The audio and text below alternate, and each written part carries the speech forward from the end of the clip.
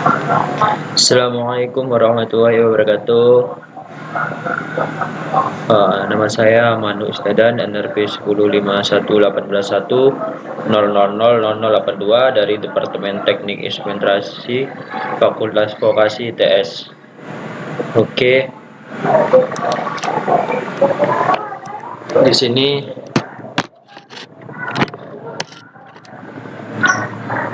saya akan menjelaskan tentang tugas mata kuliah dari Sistem Kontrol Terdistribusi dengan judul Distribute Control System atau bisa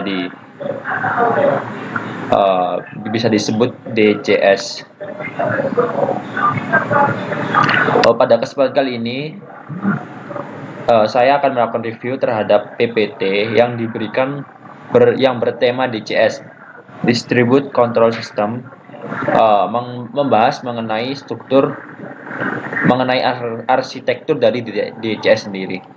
Oke, di sini overview-nya, pembahasannya ada Introduce, DCS Communication, DCS System, DCS Risk Control, dan DCS System Security. DCS Arsitektur.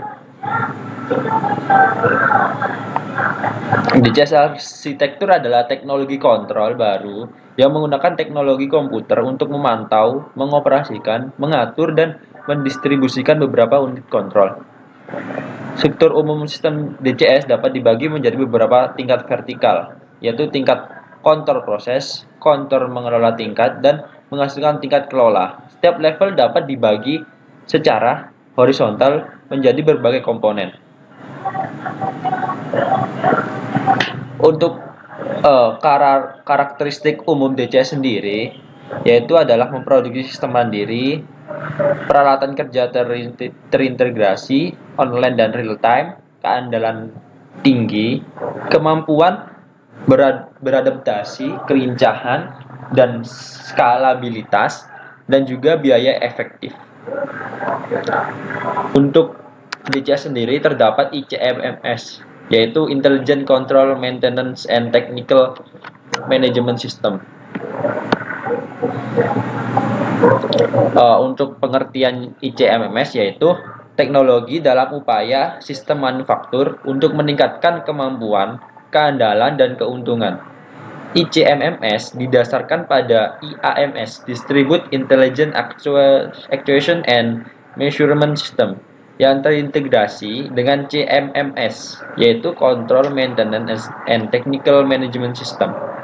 Dalam pembangunan sistem ICMMS, sistem kontrol, manajemen teknologi, dan sistem pemilihan terdiri dari sistem kontrol, manajemen terdiri dari sistem kontrol dan manajemen teknologi, dan subsistem pemeliharaan terdiri dari stasiun kerja yang saling terhubung dan pengaturan subfungsi serial yang juga kompatibel satu sama lain. Oke.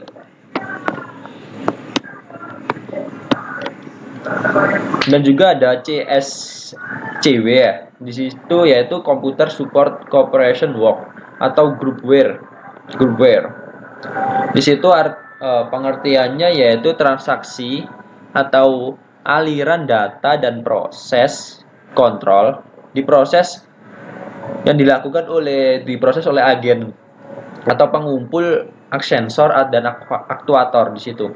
Efektivitas mereka tergantung pada desain agen dan penempatan agen. Agen ini di seluruh sistem ya, maksudnya di seluruh pekerjaan sistem, di seluruh plant.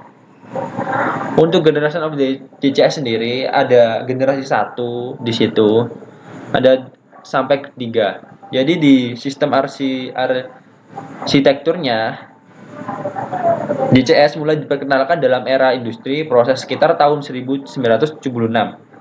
Dalam pengembangan DCS pertama kali hingga tahun 1995 telah terjadi penambahan fungsi dan modifikasi sehingga penggunaannya menjadi lebih user and friendly dan perawatannya yang mudah. Generasi pertama DCS yaitu Yokogawa, diproduksi pada tahun 1975 bernama Centum yang komunikasinya menggunakan FBus dengan kecepatan 250 kbps Generasi yang terbaru adalah Centum VP, diproduksi pada tahun 2008 menggunakan VNet atau I2P dengan kecepatan 1 Gbps. Oke. Di situ terdapat generasi ya. Kita lanjut ke basic architecture. Bisa dilihat basic architecture yaitu software object representation control point plug-in to the software distribute bus. Jadi arsitektur dasar sistem kontrol terdistribusi seperti yang ditujukan. DCS terdiri dari stasiun operator, stasiun kontrol, dan sistem komunikasi. Stasiun operasi mengumpulkan data yang berkaitan dengan operasi proses dan dapat menampilkan dan memanipulasi data tersebut. Stasiun kontrol berisi fungsi kontrol seperti untuk DDC. Dari satu untuk kontrol sendiri, fungsi kontrol ada engineer workstation, yaitu sebuah sistem biasanya berbentuk komputer semacam server yang memiliki fungsi sebagai administrator dari DCS sistem itu sendiri. Melalui engineer workstation, seorang hanya dapat menjalankan fungsi operasional, tetapi juga dapat menjalankan fungsi maintenance seperti menambah point device, editing, calculation, block, dan lain-lain. Beberapa contoh engineer workstation yang bisa berinteraksi langsung diantaranya yaitu AW Application Workstation milik Foxborough and HIS 0164 pada DCS Centum atau Centum PP milik Yokogawa Corporation. Oke, di situ nomor 1 ya. Poin kedua yaitu nomor 2 yaitu Operation Workstation. Di situ Operation Workstation bertujuan untuk mengumpulkan merupakan kumpul HMI yang dapat melakukan kontrol terhadap proses yang sedang berjalan. Dengan melalui Operation Workstation, operator dapat menginput dan mengubah set point proses, melakukan auto manual control system, memantau jalannya proses plan dan sebagainya ya. Contoh workstation yang penulis contoh workstation itu diantaranya HIS 0163 dan DCS Centum Yokogawa di situ juga. Untuk ketiga yaitu control unit. Control unit bisa disebut kayak otaknya DCS di mana seluruh operation, kalkulasi, dan controlling proses dilakukan olehnya. Yang termasuk control unit di antaranya FCS, Field Control System milik DCS Centum dan CP, Control Processor milik Foxborough. Masing-masing control unit akan memproses data dari dan ke modul I2P serta set point dari HMI. Biasanya control unit ini di-install secara redundant, sehingga jika salah satu file, maka masih ada control unit satunya yang menghandle proses. Seperti itu. Makanya bisa kita install secara redundant. Communication system. Keempat yaitu communication system, yaitu di sini communication itu mencakup media transmisi data antar perangkat DCS beserta protokol yang dipergunakan agar masing-masing perangkat dapat melakukan komunikasi dengan maksimal. Komunikasi di DCS biasanya disetting secara redundant dan disetting dengan redundant juga ya, untuk menghindari file juga.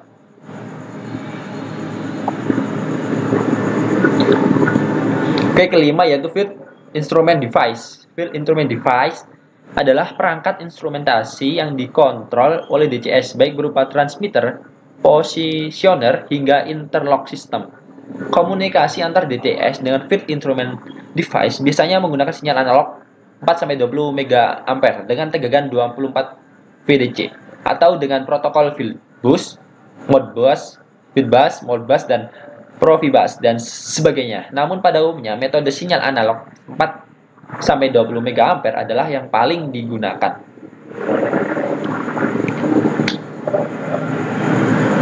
Di sini ada bagian-bagian sistem konfigurasi DCS ya. Ada VNet bus seperti ini, seperti gambar bisa dilihat. Di sini ada HIS.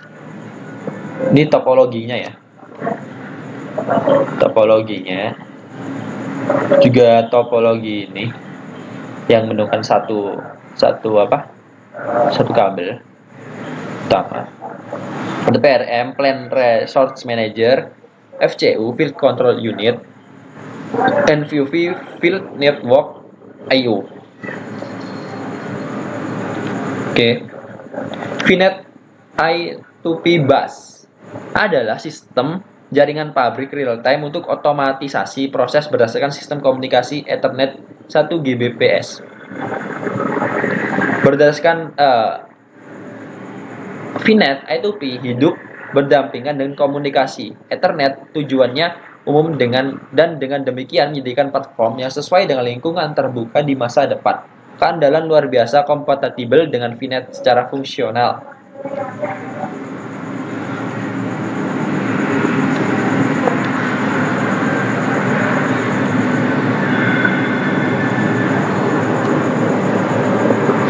Oke, di sini ada beberapa contoh DCS VNet Bus untuk arsitekturnya.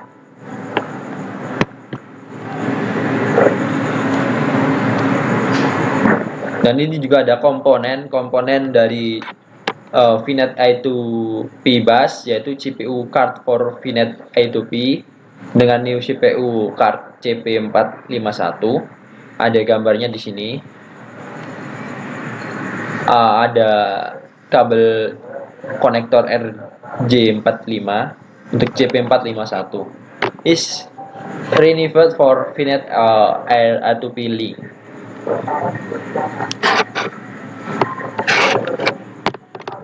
Di sini ada VNet coupler terbagi menjadi dua bagian, yaitu interkoneksi domain VNet IP dan domain VNet dan BCV relevan. Memiliki fungsi yaitu control communication frame dan message extension, ada domain status exchange dan network time exchange.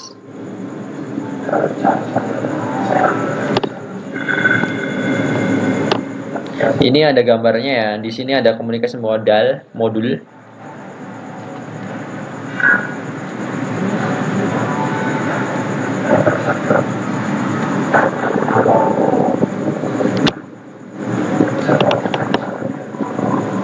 Oke, di sini ada VNet interface card.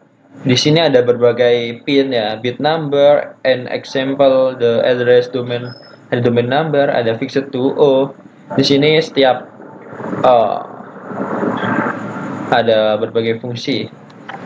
Di sini reserve akan selalu off dan com speed off untuk 1 Gbps default, on sampai dengan 100 Mbps.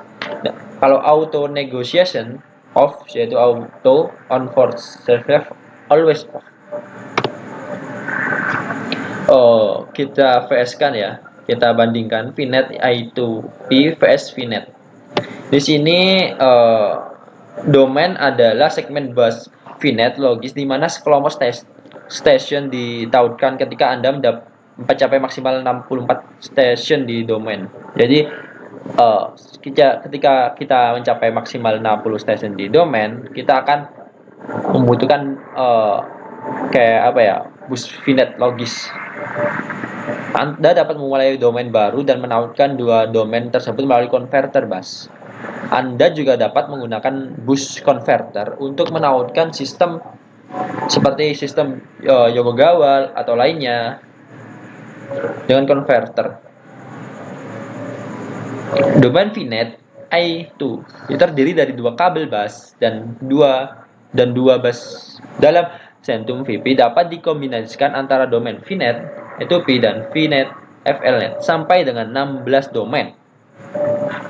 Dan dapat dipakai setiap domain saat dipasang sampai dengan 64 station VNet or I2P dan sampai dengan 124 perangkat yang terhubung di jalur komunikasi Ethernet, bisa disebut PC, router, and etc.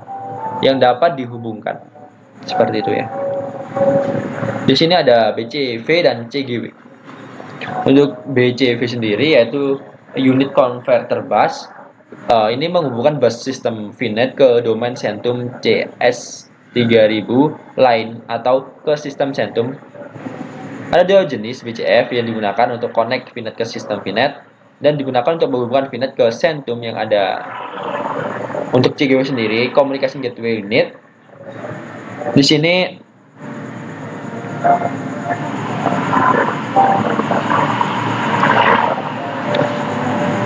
CGW sendiri untuk dalam communication ya. Jadi di sini dalam communication gateway melalui link VNet control system bus terhadap Ethernet bus. Untuk komputer supervisor, sistem or generic atau yang lainnya atau PC yang lainnya. Di CS CGW VNet bisa sampai untuk 3000 VNet in different location di sekitar location menggunakan handphone ya, menggunakan dedicated phone line, jadi menggunakan saluran telepon. Oke, terima kasih banyak atas perhatiannya. Kurang lebihnya saya manusia dan mohon maaf. Wassalamualaikum warahmatullahi wabarakatuh.